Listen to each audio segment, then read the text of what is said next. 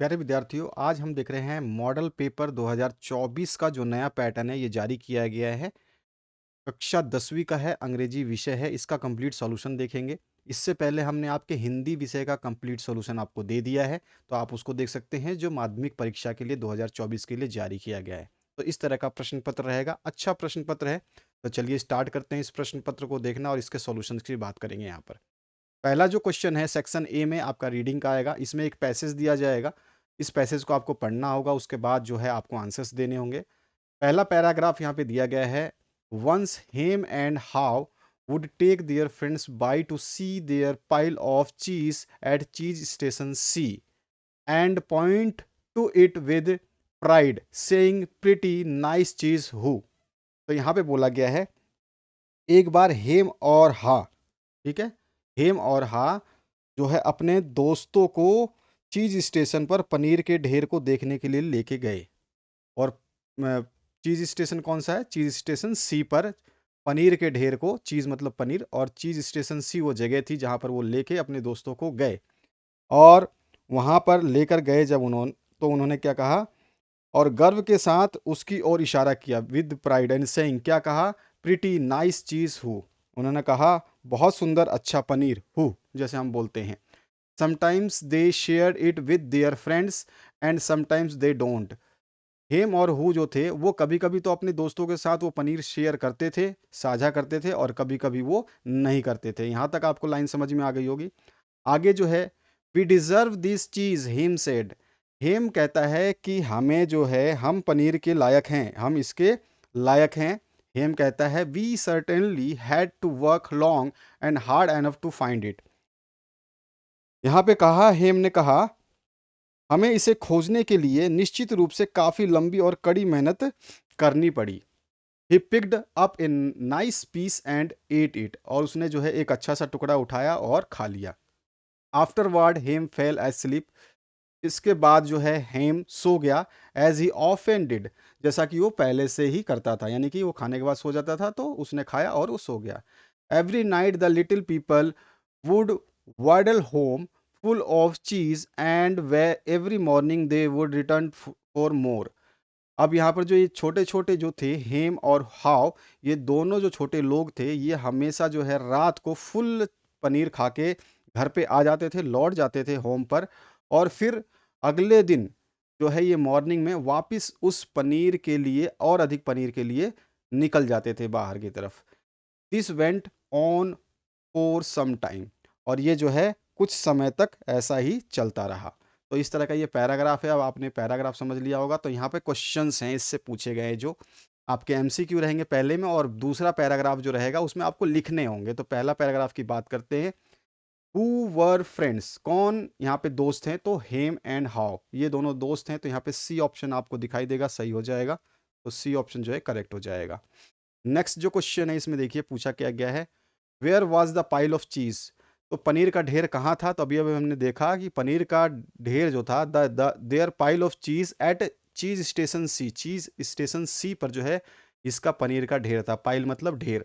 तो यहाँ पर जो है where was the pile of cheese, तो आंसर हो जाएगा चीज स्टेशन सी पर। तो यहाँ पे डी ऑप्शन जो है करेक्ट हो जाएगा। अगला जो क्वेश्चन है उसकी बात करते हैं। Who said we deserve this cheese. किसने कहा हम इस पनीर के लायक हैं? तो अभी अभी हमने पढ़ा था, ये कहने वाला कौन था? तो यहाँ पर अगर देखते हो तो यहाँ पे देखो हेम सेड, वी डिजर्व दिस चीज हेम सेड, ठीक है ना। तो यहाँ पर जो हमारा आंसर क्या हो जाएगा? हेम।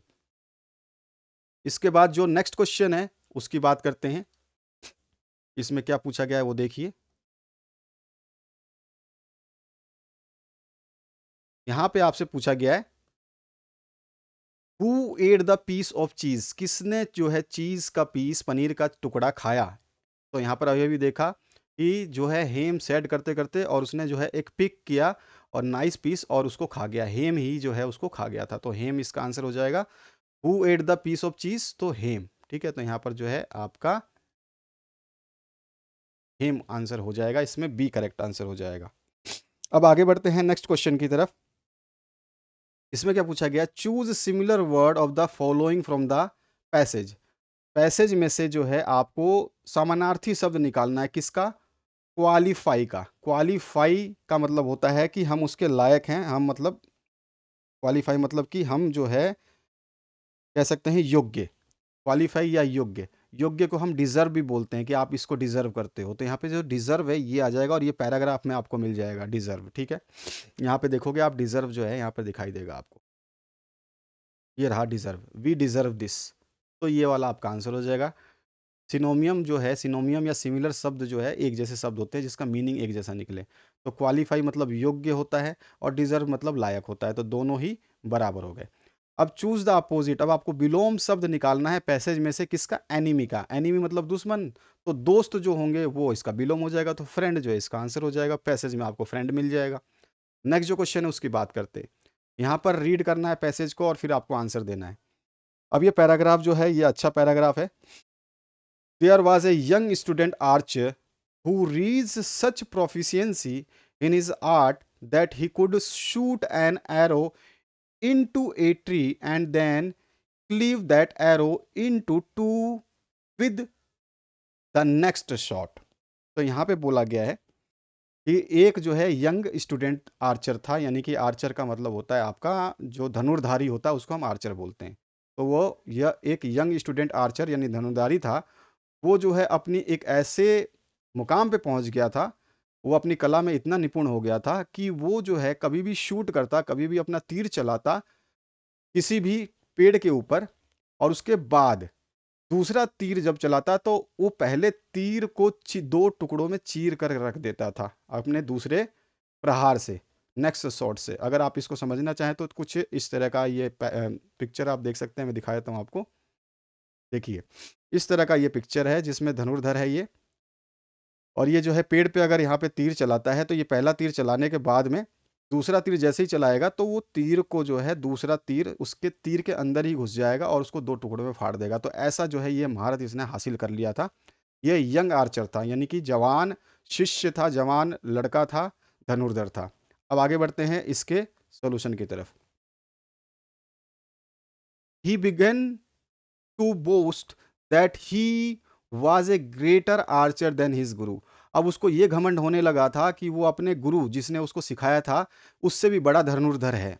One day his Guru about 70 years old, एक दिन जो है उसका गुरु जो कि लगभग 70 साल का था, आस्क द यूथ, जो जवान आर्चर था यानी धनुर्धर था, उससे उसको बोला कि accompany him on A trip across the hills, जो पहाड़ियां हैं उन पहाड़ियों के तरफ चलने के लिए मेरा साथ दो।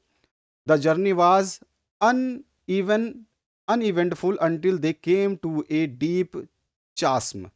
ये जो जर्नी थी, जो ये जा रहे थे जिस हिल की तरफ, तब तक मज़ेदार नहीं थी जब तक वो वहाँ पर गहरी खाई के पास नहीं पहुँचे, तब तक ये मज़ेदार नहीं थी। A single log snapped the chasm. अब यहाँ पर जो है एक, अब यहाँ पे चास्म देखिए, यहाँ पे समझ में आ जाएगा, एक लट्ठा होता है जो आपको देखने को मिलेगा इस तरह का। आप डायग्राम आप ये भी देख लीजिए और ज़्यादा समझ में आएगा आपको।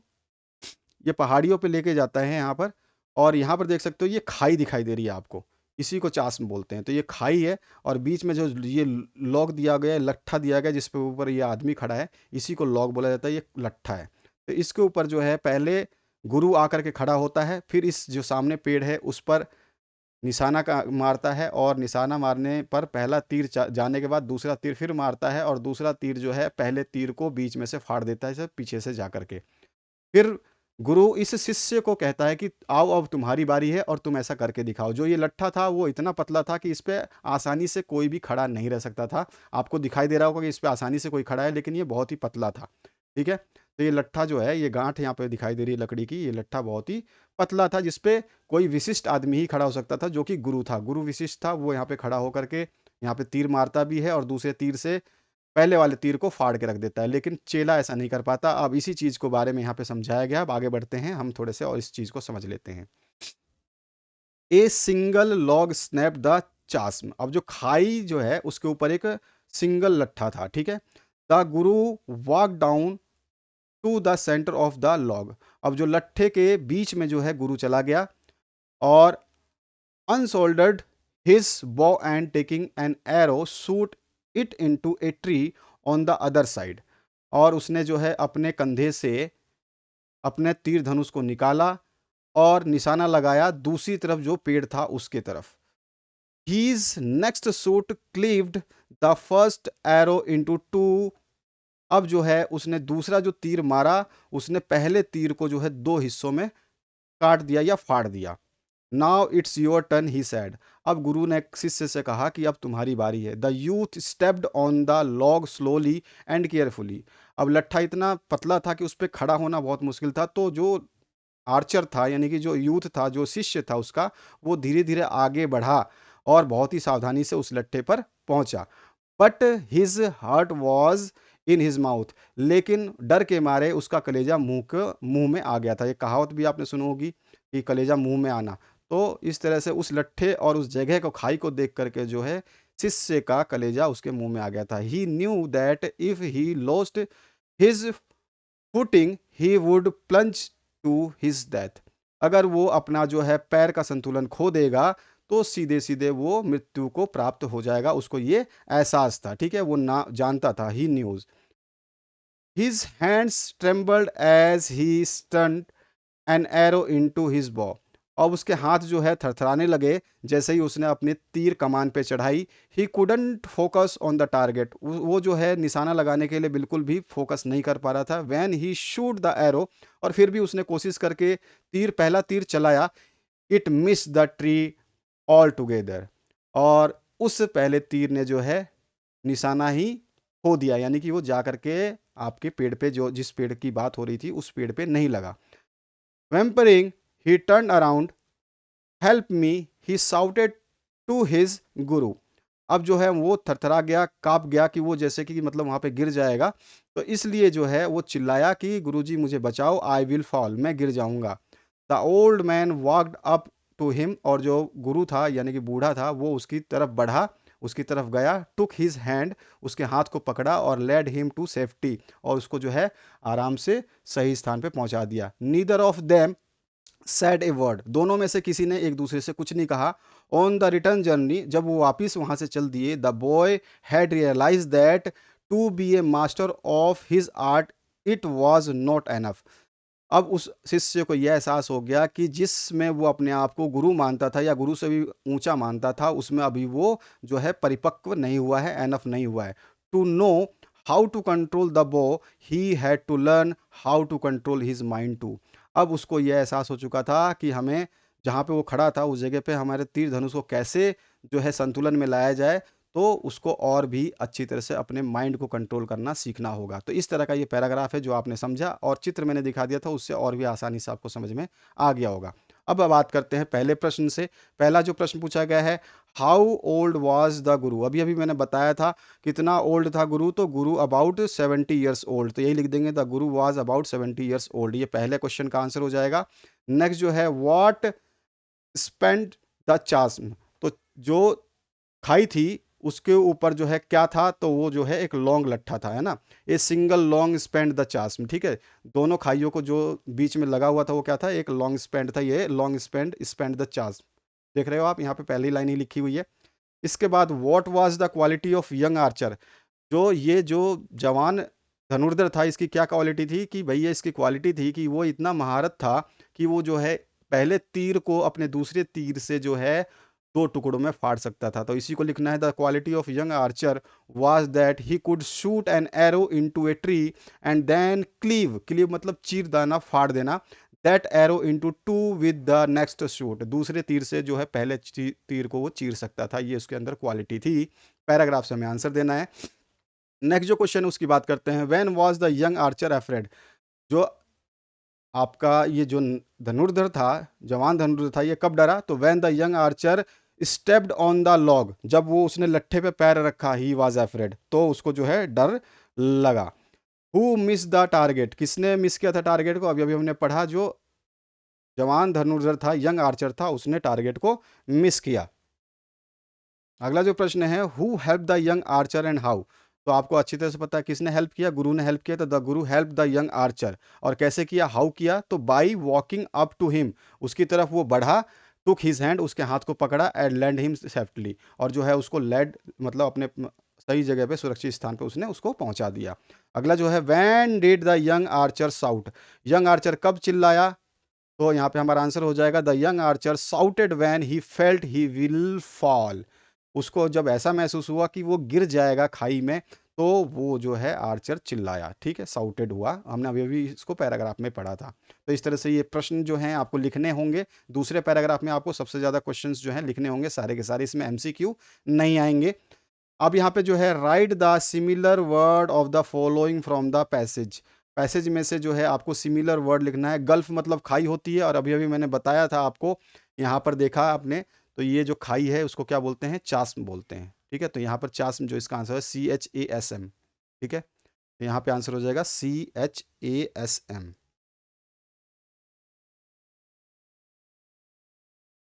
ठीक है? ये लिख देंगे। अब अगला जो क्वेश्चन है उसकी बात कर लेते हैं, इसको सही से लिख देते हैं एक बार।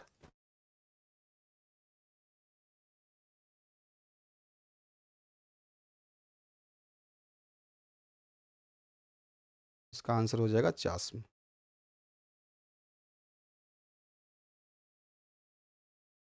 और राइट द अपोजिट वर्ड। अब आपको जो है इसका अपोजिट वर्ड लिखना है फ्रॉम द पैसेज। किसका? डिपार्ट का। डिपार्ट मतलब होता है जाना, और यहाँ पे कम है आपको देखना होगा, तो कम मतलब आना होता है। Journey was uneventful until they came, तो केम आपको यहाँ पे लिख देना है। केम इसका सही आंसर हो जाएगा। डिपार्ट का अराइव होता है, अराइव पैसेज में नहीं है, तो यहाँ पे केम जो है इसका आंसर हो जाएगा।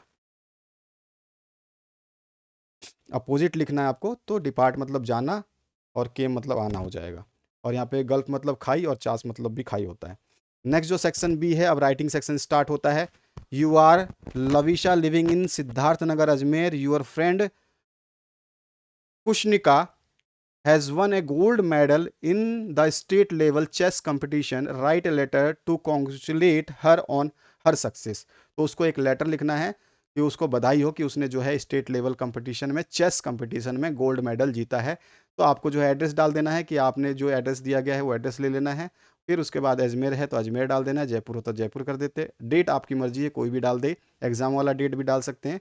फिर आपको जो नाम दिया है, किसको लेटर लिखना है, तो उसका नाम लिखो, योर फ्रेंड खुशनिका। खुशनिका को लिखना है तो माय डियर खुशनिका हो जाएगा। और फिर इसके बाद जो है आप इसको अपने शब्दों को पिरो करके एक जो है यहाँ पर पैराग्राफ बना देंगे। इसका हिंदी अनुवाद मैंने नीचे दे दिया ताकि आपको बेहतरीन समझ में आ जाए। तो ये रहा इसका हिंदी अनुवाद। आप देखोगे तो आपको समझ में आ जाएगा कि इस लेटर में हमने क्या लिखा है। इसके बाद जो दूसरा इसी के और पार्ट मिलेगा आपको, और पार्ट भी मिलेगा, तो और पार्ट आपको करना होगा। तो अगर और पार्ट करते हो तो आपको ऊपर वाला पार्ट नहीं करना है। यहाँ पर आपको जो है ईमेल लिखना है प्रिंसिपल को कि आपको जो है अरेंज करवाना है एक्स्ट्रा क्लास इंग्लिश, मैथमेटिक्स और साइंस का, ठीक है? और आप जो है government senior secondary school Kalanda Ajmer के हैं, ठीक है? इस स्कूल के छात्र हैं कक्षा 10वीं के, और आपका नाम श्लोक है, ठीक है? आपको एक फॉर्मल लेटर जो है, फॉर्मल ईमेल लिखना है, लेटर नहीं है, ईमेल है। तो सबसे पहले ईमेल में फ्रॉम लिख दोगे कि भाई किसकी तरफ से। श्लोक को लिखना है तो श्लोक@gmail.com, yahoo.com, hotmail.com, जो भी आपको लिखना है। टू आपको एड्रेस दे रखा है GSS कालंदा 999 @gmail.com, तो ये वाला पूरा एड्रेस आप यूज़ करेंगे टू में, जिसको भेजना है। और इसके बाद जो है सब्जेक्ट जरूर मेंशन करेंगे कि किस बारे में जो है आप ईमेल लिखना चाहते हैं। तो आपको अरेंज करवानी है extra classes of English, mathematics and science, तो आप सब्जेक्ट लिख दोगे कि extra class for English, mathematics and science. फिर डियर सर करते हुए आप रिक्वेस्ट कर दोगे। आपको बताना होगा कि क्यों आप जो है ये एक्स्ट्रा क्लास चाहते हैं। तो इसके बारे में मैंने लिख दिया है। इसका हिंदी अनुवाद जो है आप यहाँ पढ़ लीजिएगा, आपको ज़्यादा बेहतरीन समझ में आ जाएगा कि ऊपर लेटर में, ईमेल में क्या लिखा गया है। तो प्रेषक जो होता है सेंडर हो गया, जो कि ऊपर लिखा हुआ है। फ्रॉम किसने भेजा है, तो ये सेंडर हो गया। और टू किसको भेजा गया है, प्राप्तकर्ता रिसीवर हो गया। और सब्जेक्ट जो है विषय हो गया, ठीक है? तो यहाँ पर जो है इसी को लिखा है। प्रेषक कौन है? श्लोक@gmail.com, और इसके बाद में प्राप्तकर्ता जो है उसका लिख दिया, विषय हमने लिख दिया। तो हिंदी में आपको जरूरत नहीं है, ये लाइन जरूरी है आपको समझना कि हिंदी में यहाँ पे क्या लिखा गया है, ताकि आप इंग्लिश में बना के भी लिख सको। आगे बढ़ते हैं नेक्स्ट क्वेश्चन की तरफ। यहाँ पर राइट करनी स्टोरी को, और स्टोरी में आपको दो ऑप्शन मिलेंगे, दोनों में से कोई एक ही आपको करना होगा, ठीक है? 4 अंक के प्रश्न है, ध्यान रखना है। आपको अंक कितने दिए जाएंगे? 4। टू कैट्स जो है एक पीस ऑफ ब्रेड के लिए जो लड़ती हैं, और एक बंदर आकर के उनका वो ब्रेड खा जाता है, वो उसके ऊपर कहानी है। और ये डोंकी वाली कहानी है जो कि साल्ट ढोता था, ठीक है ना, एक व्यापारी के साथ में एक गांव से दूसरे गांव। तो इस तरह का ये दोनों में से कोई एक कर सकते हैं, और दोनों को मैंने कर दिया है। आप अगर बिल्लियों वाला करना चाहते हैं तो बिल्लियों वाला पैराग्राफ मैंने यहाँ पे लिख दिया है, ठीक है? मोरल जरूर लिखेंगे, और इसका हिंदी अनुवाद मैंने दे दिया है ताकि आप लोग समझ पाएँ कि वो ऊपर जो है इंग्लिश में क्या लिखा गया है। इसके बाद आ जाइए, इसका और पार्ट जो कि मैंने बताया डोंकी वाला लिखना है तो डोंकी वाला भी लिख सकते हो, चाहे तो आप ये वाला लिख दो। इसको भी मैंने लिख दिया है तो आप जो है डोंकी वाला आंसर यहाँ से लिख सकते हैं। इसका हिंदी मॉरल मैंने दे दिया है और हिंदी अनुवाद नीचे दे दिया है ताकि आप इसको समझ पाएँ। इसके बाद आगे बढ़ते हैं। अगले प्रश्न में भी आपको पैराग्राफ लिखना है और इस पैराग्राफ को आपको ये पिक्चर देख के लिखना है कि ये पिक्चर जो है इसके हिसाब से लिखना है। अगर आप पिक्चर देख के नहीं लिखना चाहते हो तो आपको एक और ऑप्शन मिलेगा, ठीक है? आप इसको छोड़ करके, पिक्चर वाले को छोड़ करके नीचे वाला कर सकते हो जिसमें लिखा गया है right a paragraph in about 80 words on Diwali. तो दिवाली हो सकता है, कोई भी आपका जो पैराग्राफ यहाँ पे चेंज किया जा सकता है। पिक्चर आपका इस तरह का रहेगा। तो आपको देखो, पहला तो आपको जो पैराग्राफ लिखने हैं वो पैराग्राफ के लिए हिंट दिया जाएगा कि ये इस तरह की स्टोरी है, इसके ऊपर आप पैराग्राफ लिखो, ठीक है? तो ये जो है हमने स्टोरी या पैराग्राफ बोलिए तो स्टोरी ही है, पर ये भी एक पैराग्राफ ही है। तो इस तरह का आएगा तो ये भी 4 नंबर देगा, कोई एक ही करना होगा। 5वें प्रश्न जो पूछा जाएगा उसमें जो है आपको एक पिक्चर मिलेगी और एक बिना पिक्चर के मिलेगा, दोनों में से कोई एक करना होगा, या तो पिक्चर वाला करिए या और करिए। तो मैंने पिक्चर वाला भी कर दिया है, दिवाली वाला भी कर दिया, तो दोनों आप कर सकते हैं। दोनों के हिंदी में मैंने अनुवाद भी कर दिए। ए विजिट टू फेयर मतलब वो मेले वाला दृश्य है उसके बारे में मैंने कर दिया है और उसका जो है यहाँ पर मैंने हिंदी अनुवाद दे दिया है।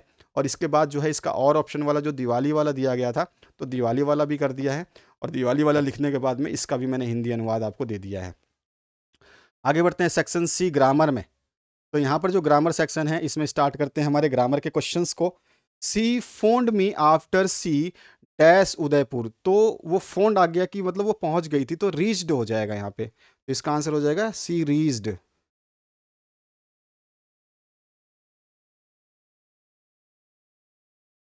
नेक्स्ट जो है S N G sir dash us English everyday. Everyday है और एस एन जी सर अकेले हैं तो एवरीडे में एस या ई एस लगता है, अकेले हैं तो आपका टीच का क्या हो जाएगा, टीचेस हो जाएगा। तो टीचेस अस इंग्लिश एवरीडे, तो यहाँ पे टीचेस हो जाएगा।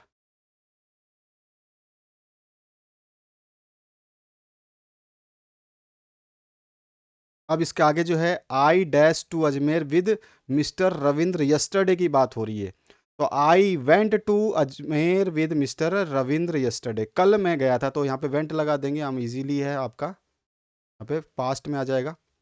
और यहाँ पर we dash our course already, तो ऑलरेडी हो चुका है तो वी हैड रिवाइज्ड, यहाँ पे हम हैड यूज कर लेंगे, वी हैड रिवाइज्ड। रिवाइज का जो है यहाँ पे क्या हो जाएगा, रिवाइज हो जाएगा,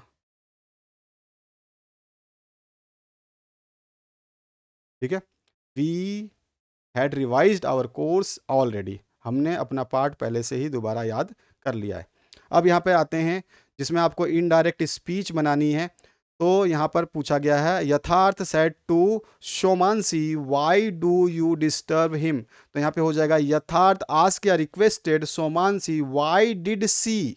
यहाँ पर यू का जो है वो लड़की है तो सी हो जाएगा, वाई और डू का डिड हो जाएगा, तो why did she disturb him. तो यहाँ पे ये आंसर हो जाएगा कंप्लीट। इसमें 2 क्वेश्चन पूछे जाएंगे, ठीक है? तो दूसरा क्वेश्चन ये रहा, पूछा गया है mother said to me don't play in dust. तो इसको जो है आपको इनडायरेक्ट स्पीच में बदलना है, तो द मदर आस्क्ड और टोल्ड कर सकते हो, दोनों में से कोई भी लिख सकते हो। The mother asked told me to not to play in dust, to not to play in dust. अब इसके बाद जो नेक्स्ट है आपका फिलअप्स करना है, यहाँ पर fill in the blanks with a verb in agreement with its subject. जो यहाँ पर सब्जेक्ट दिया गया इसके हिसाब से आपको ब्रैकेट में जो है आंसर दिए गए हैं। तो teacher along with all students, teacher जो है बहुत सारे, अलोंग मतलब स्टूडेंट्स मतलब बहुत सारे छात्र हैं, टीचर अकेला है, तो टीचर जो है बहुत सारे स्टूडेंट के साथ गोइंग ऑन ए पिकनिक। तो teacher along with all students आप देख करके एस लगा के यहाँ पे आर लगा दोगे, यहाँ पे तो आर नहीं आएगा, यहाँ पे इज आ जाएगा, क्योंकि टीचर जो है सभी बच्चों के साथ में है और टीचर जो है अलोंग है, ठीक है? यहाँ पे सब्जेक्ट जो है टीचर है। द पुअर डैश ऑनेस्ट, तो द पुअर जो है ये एक सिंगल नहीं है, द लगा दिया तो द पुअर आर ऑनेस्ट, जो है गरीब ईमानदार होते हैं, गरीब ईमानदार होता है, अगर इज लगा दोगे तो गरीब ईमानदार होता है, केवल एक गरीब के लिए होगा। द पुअर आर ऑनेस्ट, तो यहाँ पर जो है गरीब ईमानदार होते हैं, तो यहाँ पे आर आएगा, ठीक है? तो पहले में इज और दूसरे में आर आएगा। Sanjana give me a gift on my birthday, इसको पैसिव वॉइस में कन्वर्ट करना है, तो यहाँ पे हमारा शुरू हो जाएगा, क्योंकि हमारे को क्या दिया है, एक गिफ्ट दिया है, तो ये बर्थडे गिफ्ट, ठीक है? ए गिफ्ट, सॉरी बर्थडे नहीं आएगा, ए गिफ्ट, यहाँ से ये बर्थडे हटा देना क्योंकि बर्थडे 2 बार आ जाएगा। तो a gift was given to me by Sanjana on my birthday. ठीक है, ये आपका आंसर हो जाएगा सही। अब इसके बाद जो है ओपन द विंडो, तो let the window be opened, ये बहुत ही सिंपल सा है, कई बार आपको स्कूल में कराया गया होगा, तो let the window be opened हो जाएगा।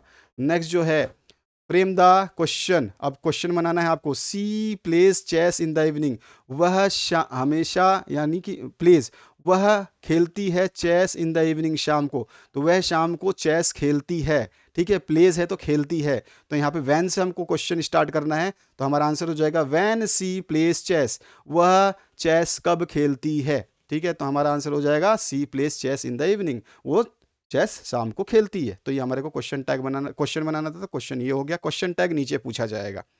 Add question tag to the statement given below, Arun can not drive a car, जब कैन नॉट, जब यहाँ पे नेगेटिव आ जाता है तो हमारा क्वेश्चन टैग जो है पॉजिटिव होता है, लास्ट वाला जो है पॉजिटिव हो जाएगा। अगर यहाँ पे कैन होता तो लास्ट वाले में कैन नॉट लगा देते, यहाँ पे कैन नॉट है तो लास्ट वाले में हम केवल कैन यूज कर लेंगे। तो Arun can not drive a car, comma लगा करके कैन ही, अरुण की जगह, अरुण क्या है, सिंगुलर पर्सन है, और जेंट्स है यानी कि लड़का है, तो उसके लिए ही लगा देंगे, अरुण का नाम दोबारा यूज नहीं करेंगे। नेक्स्ट जो क्वेश्चन है उसकी बात करते हैं।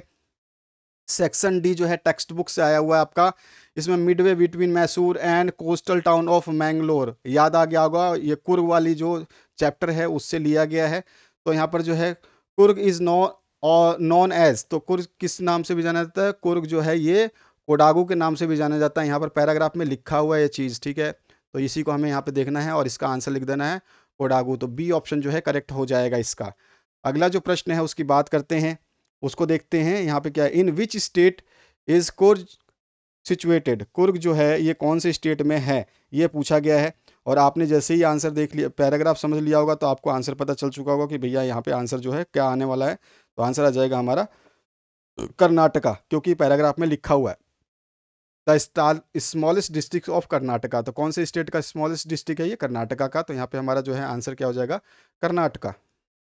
नेक्स्ट जो क्वेश्चन है, what is famous in Coorg, तो कुर्ग में कौन सी चीज़ फेमस है, तो यहाँ पर हमने देखा कि एवरग्रीन फॉरेस्ट, स्पीसीज जो वहाँ पे मसाले हैं, और कॉफ़ी जो है, ये सारे के सारे चीज़ें फेमस हैं। तो यहाँ पर जो ऑप्शन है उसके हिसाब से लिख देंगे कॉफ़ी, और यहाँ पे martial man, wild culture, all of these, तो ये तीनों तो है नहीं, कॉफ़ी का ऑप्शन था उसमें, तो हमने कॉफ़ी यहाँ पे टिक कर देना है, हमारा आंसर हो जाएगा।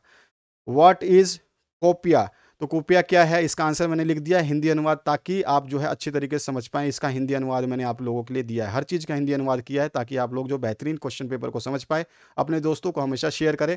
अगर इसका पीडीएफ प्राप्त करना है तो आप जो है फ़ोन पे या पेटीएम, फ़ोन पे या फिर गूगल पे, आप फ़ोन पे कर सकते हैं या फिर जी पे कर सकते हैं, यानी कि गूगल पे कर सकते हैं। ये दो ही मीडियम आपको यूज़ करना है। नंबर रहेगा 8469 022 568, इस नंबर पे। और जो कोई भी सब्जेक्ट का आप पीडीएफ लेते हैं तो पर पीडीएफ आपको 30 रुपीज़ चार्जेस जो हैं देने होंगे। आगे बढ़ते हैं नेक्स्ट क्वेश्चन की तरफ। यहाँ पर when do visitors come to Coorg, तो विजिटर्स कब आते हैं कुर्ज में, तो ये हमें बताना है। यहाँ पर नेक्स्ट जो क्वेश्चन है, what is similar word of the following from the passage, paradise मतलब क्या होता है, जन्नत। ठीक है, पैराडाइज का जन्नत होता है, तो यहाँ पर आपको देखने को मिलेगा एक और वर्ड जिसको हम बोलेंगे किंगडम, किंगडम भी आपका जन्नत ही हो जाएगा। ठीक है, पैराडाइज और किंगडम लगभग लगभग सेम ही होंगे। नहीं, यहाँ पर किंगडम के अलावा एक और वर्ड दिया गया है हेवन, हेवन मतलब स्वर्ग, और पैराडाइज मतलब भी आपका जो है जन्नत या स्वर्ग होता है, तो ये यहाँ पे हेवन आएगा आंसर। ठीक है, क्योंकि पैराग्राफ में हेवन है वर्ड, तो यहाँ पर हेवन जो है इसका सही आंसर हो जाएगा HEAVEN। तो यहाँ पे हम लिख लेते हैं इसके आंसर को। इस पैराडाइज का जो है सिमिलर वर्ड क्या हो जाएगा, हेवन हो जाएगा।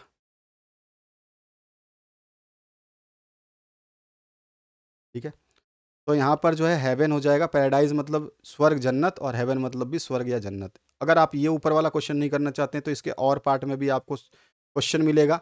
मिज, मिज वाला जो क्वेश्चन है ये आपका पैराग्राफ है वो दिया गया है।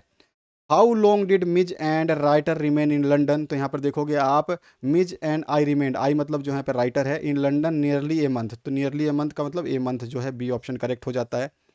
अगला जो क्वेश्चन है उसकी बात करते हैं। यहाँ पे what had became damage during the journey, journey के दौरान कौन सी चीज़ डैमेज हुई थी, तो देखो I had taken to Iraq and become damaged on the journey to home, तो क्या है, a suitcase that I had taken, तो सूटकेस जो है डैमेज हो गया था, तो ए सूटकेस जो है इसका आंसर हो जाएगा डी ऑप्शन करेक्ट। इसके बाद जो है who played with toys and ping pong balls, तो कौन खेलता था, तो उसके साथ जो है he would play the hours of selections of toys and ping pong ball, कौन था, वो मिस था, मिस खेलता था, तो मिस जो है इसका आंसर हो जाएगा बी ऑप्शन करेक्ट, मिस। इसके बाद जो नेक्स्ट क्वेश्चन है, व्हाट डिड मिस डिस्कवर, तो मिस कवर ने क्या खोजा, ये आपको बताना है। मिज ने जो है क्या खोजा, तो यहाँ पे आपको देखोगे डिस्कवर्ड जो है ये आ गया वर्ड, तो अब यहाँ पे आप आंसर निकाल सकते हो, आंसर मैंने लिख दिया है, ठीक है, नीचे की तरफ यहाँ पे आंसर लिख दिया, उसका हिंदी अनुवाद भी दे दिया है। What were the things which Mij played with, और किन किन चीज़ों के साथ मिज खेलता था, तो यहाँ पे मैंने उसका आंसर दे दिया है, वही सारा का सारा जो आपको पैराग्राफ में ये आंसर मिलेंगे।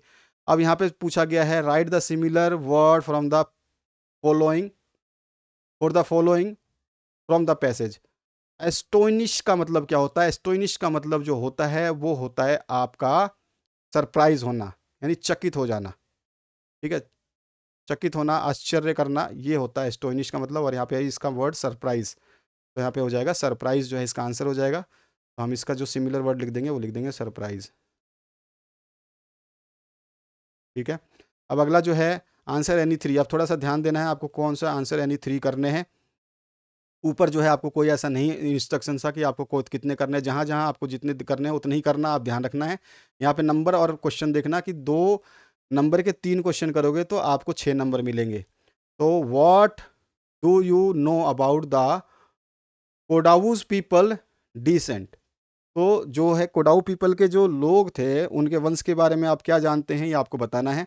तो यहाँ पर जो हमें बताना है कि उनका वंशज जो है उसके बारे में आप क्या जानते हैं, तो मैंने यहाँ लिख दिया है पूरा का पूरा, आप इसको समझ सकते हैं, बहुत आसान शब्दों में लिखा है।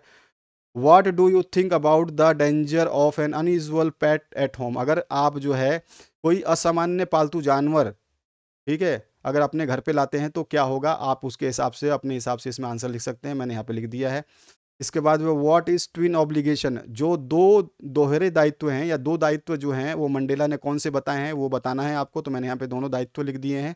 अगला जो है हाउ डिड वाली gather the information about the bus journey, बस से यात्रा की जर्नी के बारे में इंफॉर्मेशन वाली ने कैसे इकट्ठा की, ये आपको बताना है, तो इसका भी आंसर मैंने लिख दिया है। नेक्स्ट जो क्वेश्चन है इसमें आपको देखिए कोई भी एक ही करना है, आपको एक करने पर जो है देखिए आपको 5 नंबर दे रहा है यहाँ पे, तो इसको आपको थोड़ा ध्यान रखना है कि इंस्ट्रक्शन जरूर पड़े, पता चला कि आप सारे करने लग गए, आपका टाइम वेस्ट हो गया और आपको नंबर भी नहीं मिलेंगे एक्स्ट्रा करने के। Describe the dangerous situation in the narrator found himself, अब जो कवि था, जो व्याख्या था, उसने अपने आप को जिस सिचुएशन में डाला था वो डेंजरस सिचुएशन कैसी थी, ब्लैक एरोप्लेन के हिसाब से आपको बताना है। 5 अंक का उत्तर है, इसको सही से लिखना है, और इसका हिंदी अनुवाद मैंने यहाँ पे किया है ताकि आपको और ज़्यादा बेहतरीन समझ में आए।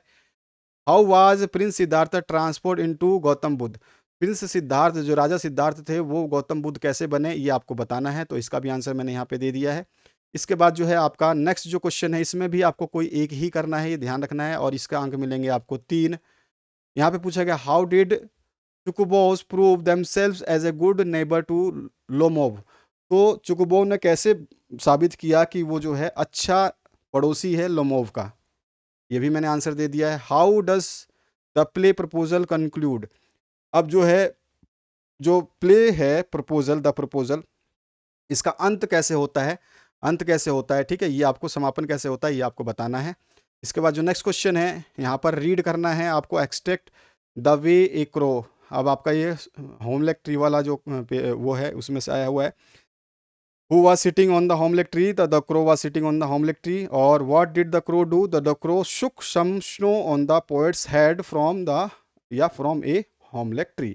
तो आप जो है इसमें देख सकते हैं shook down on me, कौन था ये जो है पोएट है, the dust of snow, dust of snow जो है उसने कहाँ से गिराया, फ्रॉम होमलेक ट्री, तो यही आंसर हमने लिखा है जो इसमें है, ठीक है। इसमें और ऑप्शन भी है, अगर आप चाहें तो ये और ऑप्शन भी कर सकते हैं। 2-2 नंबर का क्वेश्चन है, 4 नंबर आपको 2 ही क्वेश्चन करते ही मिल जाएंगे, इधर भी आपको 2 ही क्वेश्चन करने होंगे। यहाँ पर देखो कस्टर्ड वाला है, how did custard look like, तो इसमें लिखा हुआ custard dragon has big sharp teeth and spikes on the top of him and scales underneath mouth like a fire place, तो यही चीज हमको custard look like really dangerous with spike on his top and scales underneath his mouth was like a fire place and nose like a chimney, ठीक है। और who was custard, custard was a pet dragon, पालतू जो है dragon था। इसके बाद जो है आपको यहाँ पे आंसर करना है एनी टू को, ध्यान रखना है यहाँ पर, ठीक है। यहाँ पे 3 क्वेश्चन दिए गए, कोई भी 2 ही करना है। 2 करोगे तो आपको 4 नंबर मिलेंगे। तो यहाँ पर right the central idea of the poem A tiger in the zoo. ये जितने भी सेंट्रल आइडिया है मैं सारे अलग अलग से करवा चुका हूँ। तो टाइगर इन द जू का आप बता सकते हो, इसको मैंने हिंदी में अनुवाद करके लिखा है। और फिर अगला जो क्वेश्चन है, what do you know about fire and ice indicate in the poem fire and ice. तो आप जो है क्या जानते हैं कि फायर और आइस जो है क्या इंडिकेट करते हैं इस पोएम के माध्यम से। तो यहाँ पे मैंने लिख दिया इसका आंसर। 2 अंकीय प्रश्न है, how does the poem inspire human being. The trees जो है ये पोएम कैसे इंस्पायर करती है इंसानों को, आप जो है अपने विचार इसमें प्रकट कर सकते हैं। इसके बाद जो है आंसर एनी वन, अब आपको एक का आंसर देना है और ये एक आंसर देंगे तो आपको मिलेंगे 5 अंक। तो यहाँ पर जो है आपको ड्रॉ करना है characters check of Hari Singh. Hari Singh का जो है यहाँ पर आपको चारित्रिक चित्रण करना है, थीफ स्टोरी से क्वेश्चन है। तो आप बता सकते हैं चरित्र चित्रण किस तरह से करना है। तो ये रहा, मैंने चरित्र चित्रण करा है, हिंदी में इसका अनुवाद दे दिया है। इसके बाद में है what is the role of education in the life of Bholi. तो भोली के लाइफ में एजुकेशन का क्या रोल था ये आपको बताना है भोली चैप्टर के हिसाब से। तो मैंने ये भी आंसर यहाँ पे दे दिया है। 5 अंकीय प्रश्न है, कोई भी एक करना है आपको। आंसर आपके सामने है, पूरा का पूरा हिंदी प्लस इंग्लिश में सारा आपको दिया गया है ताकि आप जो है बेहतरीन तरीके से समझ पाएँ। अब यहाँ पे आंसर करना है एनी टू, आपको कोई भी 2 करने हैं। What cause Horace Danby to become a thief. Horace Danby को चोर बनने में मजबूर किसने किया, किस कारण से वो जो है चोर बना, ये आपको बताना है। तो यहाँ पे मैंने इसका लिख दिया है आंसर। अगला जो है इसमें पूछा गया है, how did it tricky manage his food at first. तो ट्रिकी ने पहली बार जो है अपना खाना कैसे मैनेज किया था। तो यहाँ पर मैंने इसकी सिचुएशन लिख करके आंसर दे दिया है। और what was the reason of Lojel ruin. Lojel के खात्मे का क्या कारण था ये आपको बताना है। द नेकलेस चैप्टर से लिया गया है। अब आ जाइए 19वां और अंतिम प्रश्न, जिसमें आपको 3 एमसीक्यू मिलेंगे। इसके बाद जो है आपका प्रश्न पत्र जो है खत्म हो जाता है, जिसमें आप जो है इसके वीडियो को शेयर कर सकते हैं। चैनल को सब्सक्राइब करके बने रहिए क्योंकि सारे क्वेश्चन पेपर्स के सॉल्यूशन आ रहे हैं डे बाय डे। और लाइक कर दीजिएगा अगर आपको समझ में आता है तो। और डिस्क्रिप्शन में आपके सभी सब्जेक्ट के सॉल्यूशन अवेलेबल है, वहाँ से चेक कर सकते हैं। प्लेलिस्ट भी आपको मिल जाएगी इस वीडियो के एंड में। अभी वीडियो एंड नहीं हुआ है, अभी आपके आंसर्स बाकी हैं 3 19वें प्रश्न के। तो आ जाइए 19वें प्रश्न पे। Who was great and mighty. तो कौन था ग्रेट और माइटी, तो थिंक टैंक जो है ग्रेट एंड माइटी था। तो यहाँ पे सी ऑप्शन करेक्ट हो जाएगा। How many species of butterflies did he collect. तो कितने तरह की प्रजातियां पकड़ी थी बटरफ्लाई की उसने, तितलियों की। तो यहाँ पे आंसर आ जाएगा 25। तो यहाँ पे डी ऑप्शन जो है करेक्ट हो जाता है। और व्हाट लैंग्वेज कैन ओसोबेल स्पीक। तो ओसोबेल कौन कौन सी लैंग्वेज स्पीक कर सकती थी, तो वो फ्रेंच और जर्मन दोनों भाषाएं बोल सकती थी। तो यहाँ पे डी ऑप्शन करेक्ट हो जाता है। तो इस तरह से ये प्रश्न पत्र का खात्मा होता है। हमने कर लिया पूरा इंग्लिश पेपर का मॉडल पेपर का सोल्यूशन। इससे पहले हिंदी पेपर का पूरा कंप्लीट सोल्यूशन देखा था इससे पहले वाले वीडियो में। आने वाला वीडियो जो भी होगा आपको मिल जाएगा, अगर आप सब्सक्राइबर हैं तो आपको इन्फॉर्मेशन मिलती रहेगी। Thank you very much, have a good day.